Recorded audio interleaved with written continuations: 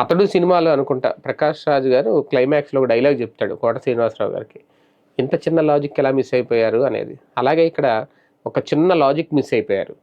జగన్మోహన్ రెడ్డిని ప్రజల ముందు దోషిగా నిలబెట్టే ప్రయత్నమో లేదంటే వాళ్ళ తప్పును కవర్ చేసుకునే ప్రయత్నంలో ఒక చిన్న లాజిక్ మిస్ అయ్యారు. ఏంటి అంటే జగన్ టైంకి ఇప్పటికీ చూస్తే కనుక దాదాపు 6 లక్షల మంది విద్యార్థులు ప్రభుత్వ స్కూళ్ళల్లో తగ్గిపోయారు, విద్యార్థుల సంఖ్య చేరట్లేదు అనేది. ఇక్కడ చిన్న లాజిక్ మిస్ అయిన లాజిక్ ఏంటి అంటే దానికి వీళ్ళు చెప్పిన కారణం ఏంటి అంటే జననాలు తగ్గినాయి అనేది కదా. ఇక్కడ లాజిక్ ఏంటంటే జననాలు ఎక్కడ తగ్గుతాయి?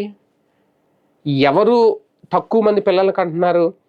ఇంటికి ఒక్కరు చాలు అని అనుకునే వాళ్ళు ఎవరు?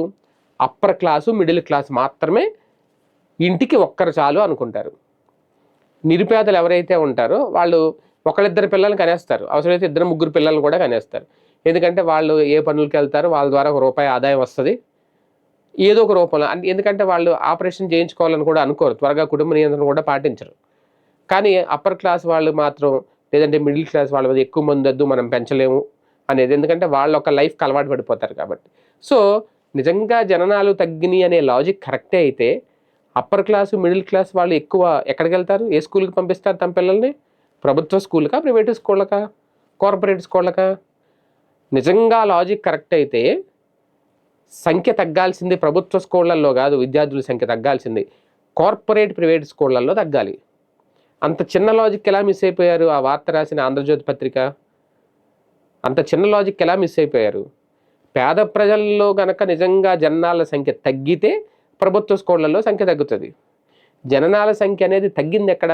Middle class, upper middle class. వాళ్ళేం ప్రైవేటు స్కూళ్ళు కార్పొరేట్ స్కూళ్ళు కాదని గవర్నమెంట్ స్కూళ్ళకి పంపరు కదా.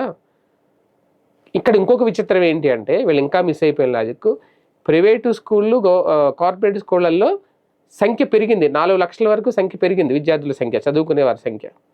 మరి అక్కడ పెరిగి ఎక్కడ ఎందుకు తగ్గింది? ఇది కదా ఆలోచించాల్సింది. ఇంత చిన్న లాజిక్ ఎలా మిస్ అయిపోయారు?